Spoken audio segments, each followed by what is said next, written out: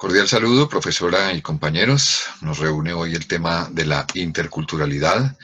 aquí en la Fundación Universitaria Uniclaretiana en el programa de antropología en el CAT de Medellín. Para poder hablar de interculturalidad necesitamos visualizarlo, tal como nos muestra la imagen. La interculturalidad es la interacción de varias culturas en un mismo espacio, en un mismo escenario, simbolizado aquí por los colores y la mezcla de los colores en un mismo escenario sin que se dañen realmente sus componentes iniciales. Pero para poder entrar en esta materia, lo primero que tenemos que definir es qué es la cultura. La cultura, entendida por un documento de antropología de la cultura de Consuelo Martínez y María Ojeda en el año 2001, pues nos dice que la cultura es realmente el aprendizaje, la transferencia de conocimiento del aprendizaje de una sociedad de generación en generación, pero que ese aprendizaje y esa sociedad está marcada por dos tipos de enfoques, digámoslo así. Un aprendizaje del materialismo, que habla específicamente del comportamiento de una comunidad y los objetos desarrollados dentro de esa misma comunidad para su supervivencia. Se centra en el comportamiento y se centra en los objetos. Pero hay otra vertiente dentro de este documento de Consuelo Martínez y María Ojeda que habla del mentalismo. Y el mentalismo va un poco más atrás del comportamiento y los objetos y habla de las conductas, de las filosofías, de los saberes, de los elementos de ideología que transfieren las sociedades de generación en generación para que ese comportamiento y esos objetos correspondan a esa filosofía heredada de cada una de las comunidades. También mencionan ellas en este documento que el tema de cultura se puede dividir en tres grandes vertientes o en tres grandes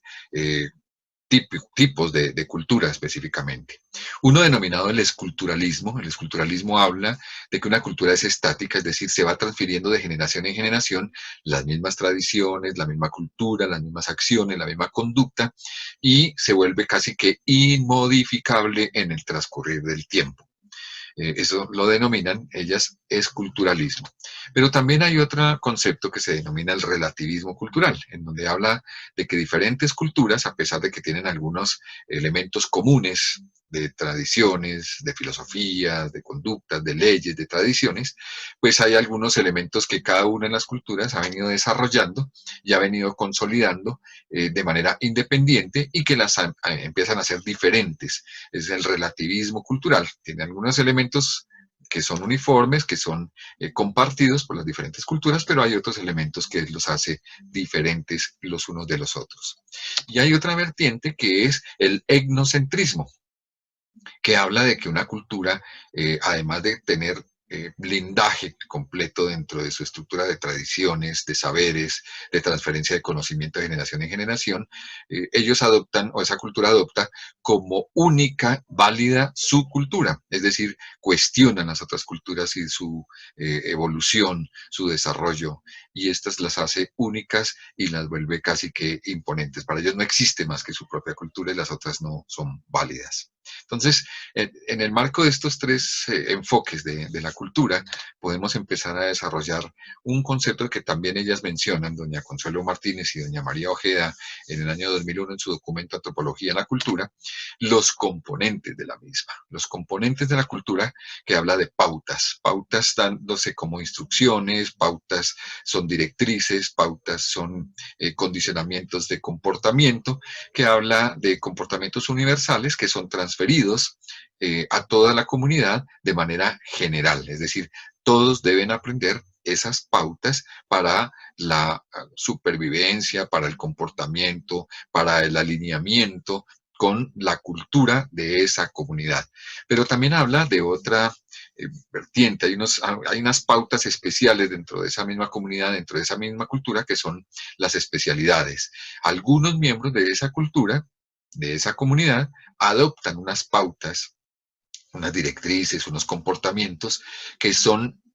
específicos por una actividad específica. Voy a mencionar un ejemplo en una comunidad indígena. Entonces, unos son los guerreros, otros son los cazadores, otros son los que cultivan la tierra, y cada uno de esos grupos, o subgrupos mejor, tiene unos roles específicos que adoptan unas pautas de especialidades de esa cultura. Y hay hay otro componente de la cultura que es las alternativas. ¿Cuáles son las alternativas? Las que por decisión propia, por libertad, por preferencia, miembros de la cultura, miembros de la comunidad, adoptan algunas pautas específicas. Un ejemplo claro, dentro de una comunidad, algunos eligen la escultura, otros eligen la artesanía, otros eligen la pintura, por decir algo, y son alternativas donde uno de los miembros de la comunidad elige por voluntad propia estas pautas, y que todos estos tres elementos están inmersos en una misma comunidad, en una misma cultura, y que pueden ser diferenciados específicamente por los roles que cada uno de los miembros asume dentro de su comunidad. Teniendo en cuenta esto, Consuelo Martínez y María Ojeda también en su documento Antropología de la Cultura mencionan la entidad de la cultura. Y la entidad de la cultura habla de la entidad real y la entidad ideal. La entidad real tiene que ver con esas pautas, esas prácticas reales de la comunidad, de la cultura, en donde definitivamente se tangibilizan los conceptos, las pautas, las tradiciones, y son reales. Y la ideal corresponde a aquellos elementos que son de doctrina, de filosofía, de transferencia, pero que en la práctica no corresponden exactamente igual a lo que se transfiere. O en algunas oportunidades, dadas a las circunstancias de la comunidad o de la cultura, pues se hace algo distinto a lo que se venía transfiriendo de generación en generación. Entonces se le habla de la entidad de la cultura real y la entidad de la cultura ideal. En ese orden de ideas, y atendiendo un poco la imagen que estamos viendo en pantalla, pues vemos que la mitad de la cara es real y la otra mitad está pintada, o digamos que es una eh, máscara, podríamos llamarlo de alguna manera, para poder desarrollar un estudio de la cultura, y habla de las perspectivas, es decir, de la visión del investigador de una cultura específicamente en este documento. Y se habla de la cultura o de la perspectiva EMIC y de la perspectiva ETIC, entendiendo la EMIC como la inmersión, es decir, la perspectiva EMIC es la visión que tiene el investigador desde dentro de la misma comunidad, desde dentro de la cultura. Quiere decir que hay una inmersión total dentro de esa cultura, casi que se vuelve un miembro más de la comunidad para poder desde allí, desde la inmersión, desde la experiencia, desde la vivencia, poder estudiar, codificar y poder describir realmente la cultura desde la misma actividad experiencial. Y la perspectiva ética tiene que ver con la no inmersión, sino la observación. Es decir, el investigador asume un papel y un rol de observador, no le llamemos distante, pero no se inmiscuye con las actividades de la cultura de la comunidad, sino que documenta todo lo que ve, todo lo que analiza, sin necesidad de hacer una inmersión real dentro de la comunidad. Eh, Pasando a otro documento que también nos fortalece todo este estudio de la cultura, se habla de los grupos étnicos. Y adoptamos un documento de Luis Alberto Artunduaga que se denomina la etnoeducación, una dimensión de trabajo para la educación en comunidades indígenas en Colombia, donde define claramente qué es un grupo étnico, una comunidad humana que está ligada por un pasado común, por una lengua y por un acervo de creencias. Estos elementos definen realmente en esa comunidad lo que es real de acuerdo a su conciencia cultural. Esta definición de grupo étnico, pues, es muy clara. Dice que hay una herencia, hay un pasado común, hay una lengua nativa propia de la cultura de la comunidad, y hay un acervo de creencias, ¿sí? Unas convicciones que se han venido transfiriendo de generación en generación, y estos tres elementos definen lo que es real dentro de su conciencia cultural en un grupo étnico. El gobierno nacional en el país Colombia tiene definidos legalmente y amparados legalmente unos grupos étnicos. Dentro de ellos están los pueblos indígenas, dentro del grupo de etnias, y estos grupos indígenas están protegidos por la ley porque son originarios del territorio, es decir, estaban ya enraizados en nuestro territorio antes de que llegaran los colonizadores, antes de que llegaran los conquistadores, y son originarios del territorio y se les respeta mucho por eso. Hay diversas comunidades dependiendo de la geografía, es decir, hay comunidades de clima cálido, hay comunidades de clima frío, y cada una, como lo decía anteriormente en la definición de etnia, con sus creencias, con su pasado histórico, con su lengua independiente, y son etnias, aproximadamente entre etnias y comunidades afro y todos son más o menos 84 etnias o 184 etnias, tendría que validarlo para poder desarrollar este concepto, pero aproximadamente son 1,5 millones de personas que están inmersas en estos grupos poblacionales de etnias y grupos afro, diversas comunidades en la geografía, y están instaladas a lo largo del territorio nacional, los pueblos indígenas. Pero también dentro de los grupos étnicos están contempladas las comunidades negras, también denominadas comunidades afro-colombianas, que pues tienen que ver mucho con el desarrollo de todos estos grupos étnicos en el país. Son originarios de otros territorios, fueron traídos por los conquistadores, los colonizadores de África, y pues hicieron ya su instalación dentro del territorio colombiano.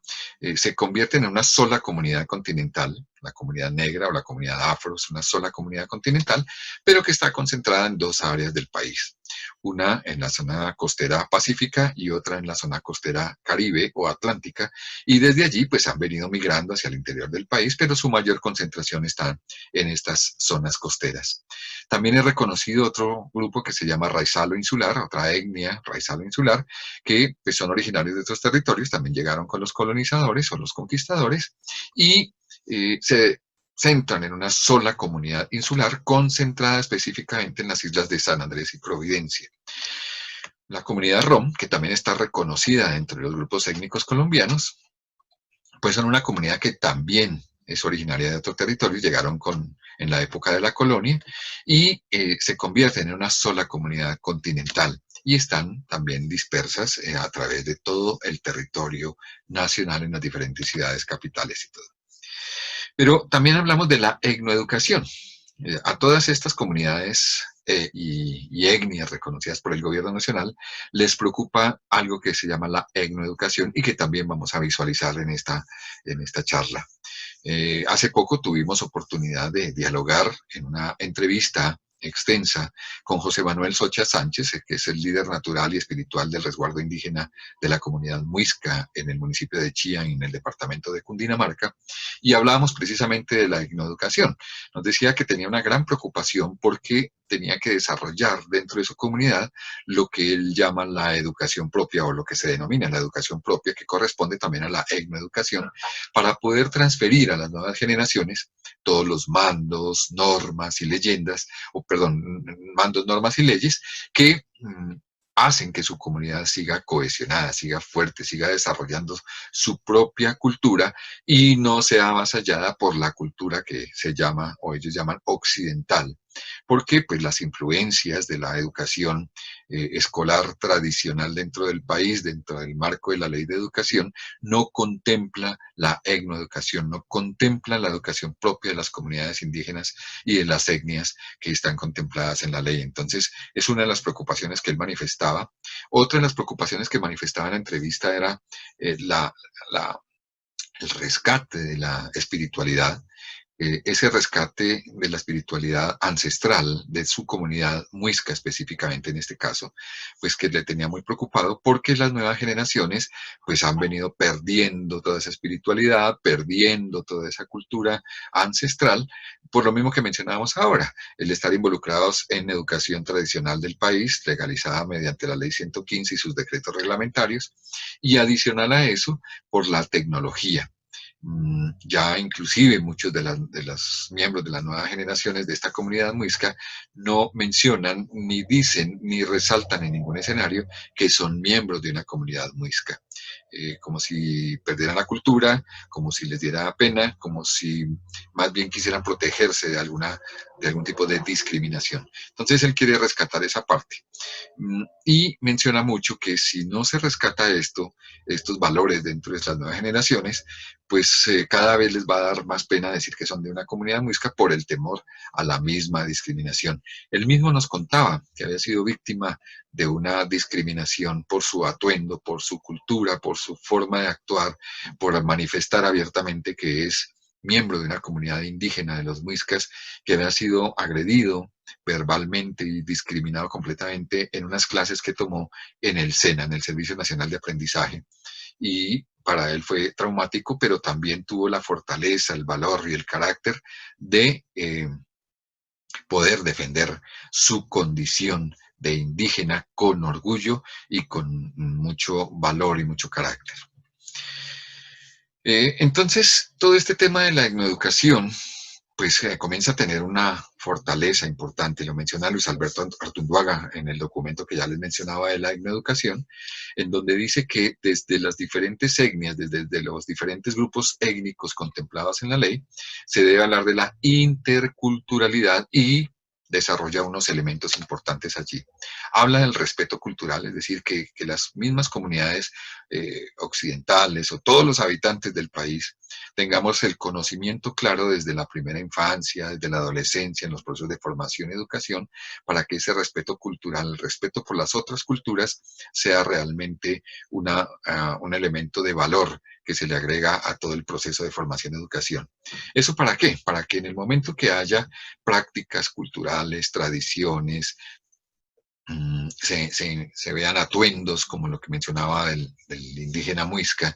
pues haya una tolerancia cultural por parte de todas las otras culturas, de todas las otras comunidades en el territorio nacional. Y eso pues se logra mediante el respeto cultural formado desde la primera infancia en los procesos de educación o educación propia, la tolerancia, y eso nos fortalece entre comunidades algo que se llama el diálogo cultural. Ese diálogo cultural, pues lo que va a hacer es el enriquecimiento mutuo de las culturas y el fortalecimiento de la interculturalidad en el territorio nacional. Pero para eso necesitamos la voluntad política de todos los actores de los procesos culturales en el país, de los procesos de la etnoeducación. Habla de una coordinación interinstitucional de acuerdo con la realidad económica de las etnias, mirar realmente cuál es su proceso económico, sus condiciones económicas y desde la mirada también sociopolítica, cómo integrar todas estas comunidades y estas etnias a un proceso de interculturalidad y desarrollar algo que se llama la realidad comunicativa. Hablaba yo con el indígena Muisca, el líder indígena, que muchas veces ellos se cierran demasiado y no divulgan, no difunden, no comunican su cultura por el temor a la discriminación, y eso hace que se aíslen más y generen unos procesos de autodiscriminación. Por eso difícilmente las otras comunidades conocen la realidad cultural de estas comunidades que pues se han venido aislando por culpa de la discriminación que se le genera en otros escenarios. Para poder aglutinar, para poder integrar todo eso tal como lo muestra la imagen en pantalla, pues hay unos componentes de la educación. Primero que todo hay que hacer un proceso de capacitación y formación desde la primera infancia, no solamente para el desarrollo de las competencias educativas, sino también para el tema de las competencias sociales y el tema de las competencias productivas en todos estos grupos étnicos, en todas estas comunidades, y para eso pues necesitamos la voluntad política de los gobiernos. Mencionaba también el líder Muisca, que ni siquiera son tenidos en cuenta para la socialización del plan de desarrollo municipal, mucho menos departamental, y nada que hablar del plan de desarrollo nacional. Estos procesos de formación, estos procesos de capacitación en el desarrollo de las comunidades desde la primera infancia, la adolescencia y el adulto joven, pues tienen que obedecer a un proceso de investigación, cuáles son sus necesidades, cuáles son sus expectativas reales, cuáles son las realidades de las cuales hablábamos hace un rato, y desde allí vamos a construir un adecuado diseño curricular que se ajuste realmente a las necesidades de la comunidad, conservando toda su identidad cultural, conservando todos esos saberes ancestrales, conservando todo ese pasado que hablábamos cuando definíamos el etnia, y entonces poder consolidar un proceso educativo que además de desarrollarlos en sus competencias académicas y sus competencias productivas, pues conserve realmente toda su ancestralidad, toda su formación de comunidad y etnia que viene de mucho tiempo atrás. Eso nos va a permitir diseñar la elaboración y producción de materiales educativos acordes a ese diseño curricular. Distinto es un material educativo para una etnia de La Guajira que para una etnia del Putumayo, por ejemplo. Entonces son diferencias que son resultantes del proceso de investigación. Pero adicional a eso, hay un tema muy importante y es que hay que dar asesoría constante, hay que hacer un seguimiento permanente y hacer una evaluación periódica para que se vaya mostrando la efectividad del proceso de la etnoeducación y adicional a eso ir haciendo los ajustes necesarios que permitan consolidar unos proyectos de educación propia de etnoeducación en cada una de las comunidades que pertenecen a estos grupos étnicos colombianos. Todo eso lo plantea Luis Alberto Artendoaga en su documento La Etnoeducación, una dimensión de trabajo para la educación en comunidades indígenas en Colombia. También menciona que este proyecto pues está teniendo, pues está pretendiendo desarrollarse, obviamente sin mucha voluntad política, pero que tiene una estructura de orden nacional, debería estar inmerso en el Plan de Desarrollo Nacional, a nivel regional o departamental exactamente igual, pero pues finalmente con todas las trabas y con todos los elementos que dificultan la realización de todos estos programas, pero que ya tiene realmente una estructura dentro de la política de etnoeducación y de nivel local. Con todas las dificultades que hemos venido mencionando, se suma uno más, y es la politización de lo étnico. ¿Qué significa esto? María Laura Díez, en su documento Reflexiones en torno a la interculturalidad, menciona que en el momento de las campañas electorales, pues se tienen en cuenta los grupos étnicos porque se quiere el voto de ellos realmente. Y entonces se hacen reivindicaciones políticas, se les pone a definir cuál es su línea política, si es roja o azul, si es del color de los diferentes partidos políticos, y comienza a hacer esto de lo étnico y de lo cultural parte del discurso político que se vuelve demagógico, pero que también se convierte en un discurso hegemónico que quiere dominar todas estas culturas a través de algunas acciones puntuales de la diversidad, unas situaciones concretas de la diversidad que se hacen únicamente durante esos procesos electorales y la diversidad se vuelve discurso político de campaña. También nos lo mencionaba el líder Muisca, que solamente son visitados cuando hay campaña electoral, pero que una vez están en el gobierno, nunca vuelven a mirar ni a visitar las comunidades indígenas, ni siquiera a evaluar sus necesidades. María Laura Díez también en esas reflexiones que hace en torno a la interculturalidad, pues recoge muchas respuestas,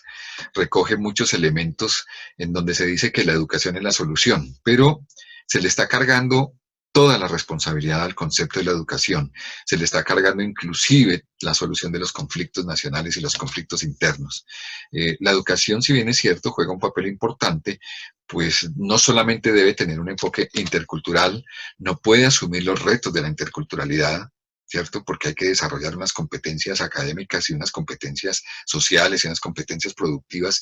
pues que son casi que transversales para todas las culturas. Tampoco puede empezar a suplir las políticas interculturales si no hay una voluntad política de desarrollar políticas públicas dentro del gobierno nacional, pues la educación solamente no puede hacer absolutamente nada. Pero no solamente esto se aplica a las comunidades indígenas, afro y rom y raizales, de las cuales hablábamos hace un rato, sino que hay otros grupos que no son los grupos étnicos, sino que son los grupos sociales, que también son diversos y que están desarrollándose dentro de la sociedad, dentro de las comunidades, que también están buscando una integración cultural. están buscando esa interculturalidad, están siendo víctimas de discriminación, de segregación. Por eso hay que hacer unas precisiones conceptuales. La primera precisión conceptual que nos hace María Laura Díez, haciendo referencia a un documento de Aguado Odina de 1991, habla de la multiculturalidad o de lo multicultural, que son realmente diferentes culturas que viven juntos, pero pues que están cada una de manera independiente, moviéndose dentro del territorio, dentro del escenario, pero también habla de la pluriculturalidad o de lo pluricultural, que es la existencia de una situación particular, es decir, que ya hay, dentro de lo multicultural, hay un aspecto puntual, una situación particular que congrega a varias culturas, pareciera muy similar, que congrega a varias culturas, pero que hay una situación particular que las une. Eso es lo que denominamos pluricultural. La transculturalidad o lo transcultural es el paso de una situación cultural a otra. Quiere decir que puede ser un miembro que sale de una cultura y hace su inmersión definitiva en otra cultura, es decir, está haciendo transculturalidad pasando de una cultura a otra. Y lo intercultural habla de ser conscientes de su interdependencia. Cuando hablamos de la interdependencia es que todos convivimos, todos necesitamos del otro, todos somos insumo del otro de alguna manera y por eso esa integración, interculturalidad, esa participación activa de diferentes culturas en un mismo escenario, es lo que realmente debemos buscar siempre con los valores que mencionábamos anteriormente del respeto a la cultura, de la tolerancia a las otras culturas, para que podamos nosotros hacer una convivencia real. Pero Axel Rojas, en otro documento, habla también de la gubernamentalización de la cultura. Gobernar o gobernarse en nombre de la cultura, la interculturalidad y la educación para grupos étnicos en Colombia. Dice que la gubernamentalización es el conjunto de dispositivos encaminados a la orientación de la conducta de ciertas poblaciones e individuos, en este caso en nombre de su diferencia cultural. La gráfica que vemos en pantalla, un elefante multicolor, pues el elefante simboliza realmente al gobierno, paquidérmico en sus decisiones, en el desarrollo de políticas públicas, y los colores, pues, habla de las diferentes culturas que están siendo o afectadas o discriminadas o beneficiadas por el mismo gobierno, dependiendo de las políticas públicas, dependiendo de esa politización de la cultura o de la interculturalidad de la que hablamos hace un rato, y allí está simbolizado a través de esta imagen. Pero, ¿cómo llevar la interculturalidad a la educación básica? Teniendo en cuenta que la multiculturalidad, dice una ponencia que hizo Silvia Smelkes, coordinadora general de Educación Intercultural Bilingüe, una ponencia que hizo en México sobre la interculturalidad en la educación básica, habla que la multiculturalidad es un concepto descriptivo, es decir, describe cada una de las culturas que ya dijimos, pues conviven en un mismo escenario, conviven en un mismo territorio, pero que son independientes cada una de ellas. Pero que la interculturalidad, digamos que es ella dice que es un deseo, que es un ideal, ¿sí? Es un sueño prácticamente, que las culturas se relacionen entre sí y puedan convivir, pero eso hay que abordarlo desde la educación básica, desde la educación de la primera infancia, de la educación para la interculturalidad, que es diferente a la educación intercultural. Entonces, no es que tengamos que preparar a los jóvenes y a los niños para marcar una diferencia y respetar la otra cultura, sino para que convivan con otras culturas. Habla de la educación intercultural y finalmente pues se lanza una propuesta interesante que es una educación intercultural para todos, para que definitivamente haya todos esos valores de la tolerancia, del respeto, etcétera. Bien. Para resumir y terminar esta corta charla, pues casi que en esta imagen podemos simbolizar toda la interculturalidad, es decir, que todos sepamos de todas las culturas, que todos estemos, como lo dice la gráfica, untados de todas esas otras culturas para que las conozcamos, para que las respetemos, para que las toleremos y para que podamos vivir en comunidad. Y traigo para finalizar una frase una cita que dice: cuenten con una mediación concreta en la construcción de procesos pedagógicos incluyentes que contribuyen eficazmente a la construcción de sociedad solidaria, igualitaria y fraterna. Una cita de la Torre de 2014. Y como crítica a todo este proceso de la paquidermia gubernamental, terminó con esta imagen. Casi que hay que rogar, rezar, pedir que definitivamente se incluyan todas estas diversas culturas dentro de un programa de interculturalidad, que es lo que realmente necesitamos en un país en donde podamos convivir absolutamente todos. Les agradezco mucho. Mi nombre es Luis Fernando Ramírez y estuve participando con ustedes en una charla sobre interculturalidad en el programa de Antropología Medellín en la Fundación Universitaria Claretiana Uniclaretiana. Muchas gracias.